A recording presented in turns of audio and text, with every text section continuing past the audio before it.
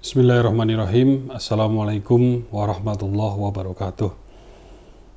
Saya baru saja mendapatkan informasi dan ini membuat saya sangat kaget, terperangah, bahwa tidak hanya Sirekap dan Pemilu 2024 yang hostnya atau servernya itu di cloud Alibaba, tapi juga beberapa sistem berbasis web yang vital lainnya yang digunakan dalam penyelenggaraan pemilu itu yang juga hostnya servernya di Alibaba, yaitu yang pertama sipol.kpu, yang kedua silon.kpu, dan yang ketiga adalah sikadeka.kpu.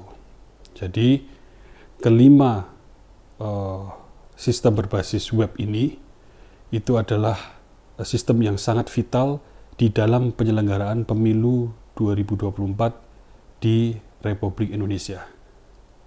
Sipol digunakan oleh partai politik untuk mendaftarkan dirinya menjadi peserta pemilu 2024. Segala macam dokumen persyaratan itu harus diupload, termasuk dokumen keanggotaan. Ya, ini data-data yang berhubungan dengan identitas, data sensitif, NIK, foto KTP, alamat, dan segala macam. Itu diupload di sipol tersebut. Proses pendaftaran, verifikasi faktual, verifikasi administrasi hingga faktual, hingga keputusan, itu prosesnya adalah lewat sipol.kpu. Selanjutnya adalah silon. Silon ini digunakan partai politik untuk mendaftarkan calegnya.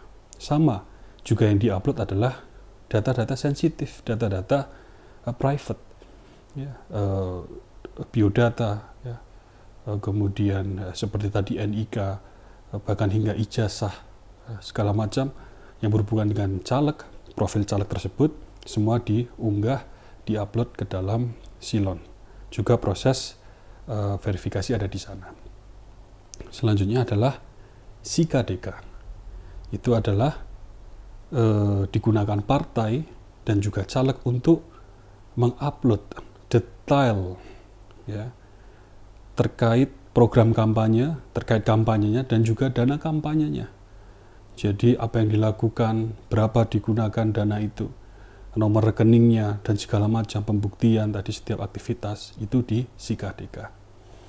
Sekarang bayangkan mulai dari sipol, silon, kemudian sikadeka, ditambah Sirekap dan Pemilu 2024.kpu untuk rekapitulasi yang sedang berjalan sekarang, itu semuanya diletakkan di dalam server perusahaan swasta asing milik China, namanya Alibaba. Ini bahasa lainnya adalah kita sedang terjajah secara digital. Ya, kita tidak memiliki kedaulatan digital. Kita tidak mampu melindungi data-data yang sangat penting tadi. Nah sekarang, mengapa KPU, ya, dengan anggaran yang tidak sedikit tadi, tidak jauh-jauh hari menyiapkan server milik KPU ataupun pemerintah Indonesia bekerjasama dengan mungkin kementerian atau lembaga setingkat yang relevan, menyiapkan server yang sesuai standar, yang sesuai kebutuhan. Ini kan ada waktu, memiliki SDM, tidak kurang di Indonesia ini, kemampuannya, dan juga memiliki dana. Gitu. Ini seharusnya bisa dilakukan sehingga tidak perlu menggunakan server milik perusahaan swasta, terlebih ini swasta asing, dan ini milik China. Kita tahu, China ini punya agenda politik Lebensraum, politik ekspansionis, ya, dan punya kepentingan di pemilu di Indonesia ini. Gitu. Jadi mengapa malah ini KPU seperti, ya, dengan menggunakan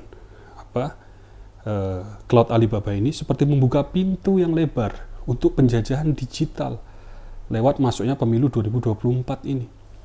Ya, jadi kita seperti hilang kedaulatan digitalnya dalam konteks pemilu 2024 ini. Dan ini sangat berbahaya sekaligus menyedihkan.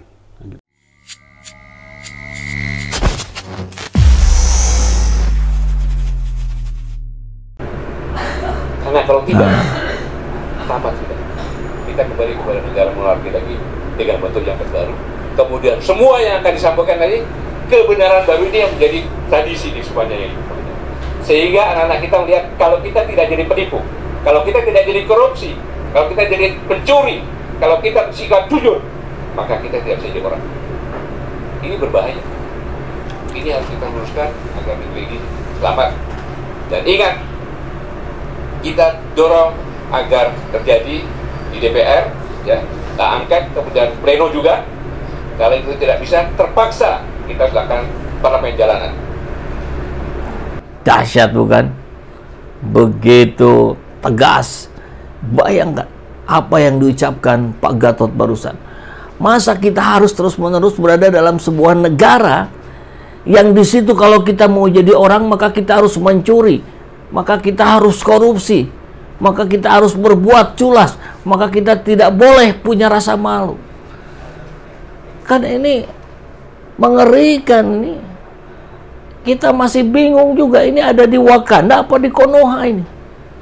Yang pasti bukan Indonesia. Karena Indonesia budayanya tidak seperti itu. Ini rusak serusak-rusaknya. Maka Pak Gatot bicara, kalau tidak parlemen jalanan yang turun, maka angket ini harus betul-betul diamankan.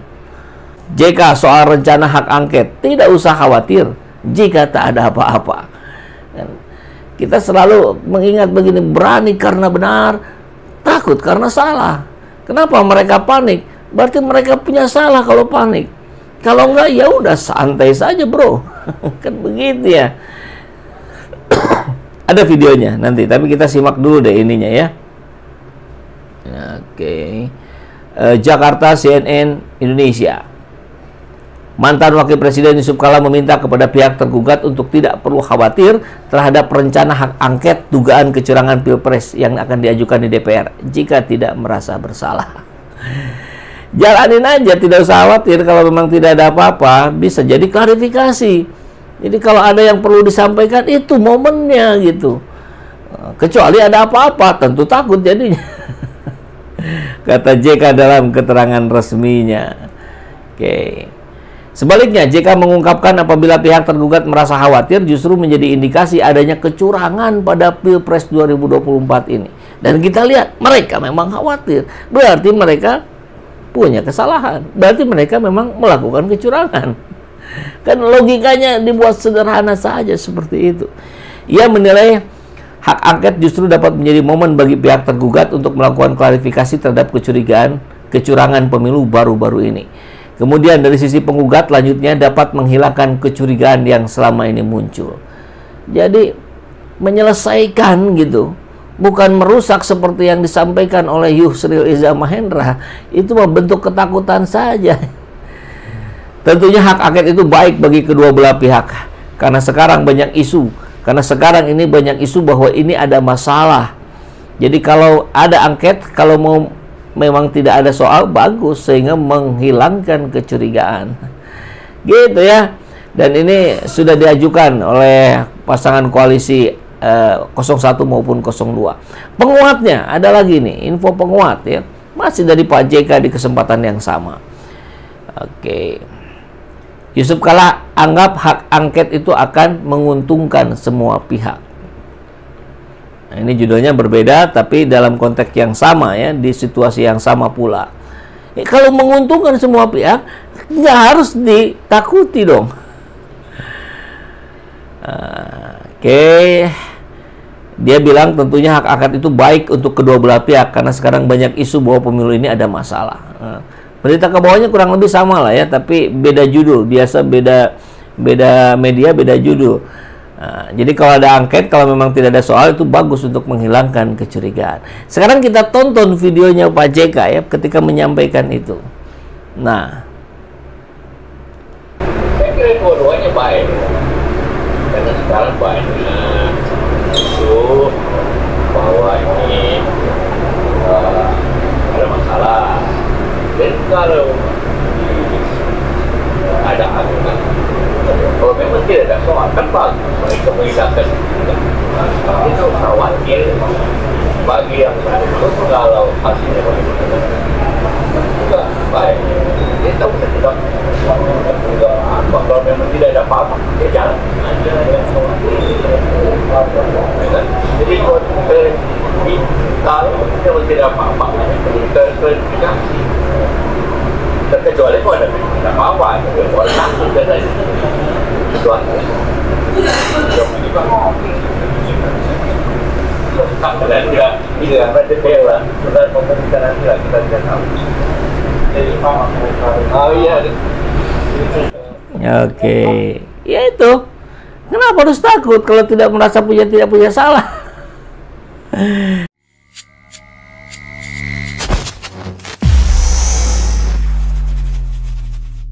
Seharusnya ya, seluruh data berhubungan dengan KPU tadi ada pada server yang dikelola oleh KPU ataupun pemerintah Indonesia, kementerian lain barangkali bekerja sama, tapi sepenuhnya itu dalam monitor, ya, dalam perlindungan, proteksi pemerintah Indonesia.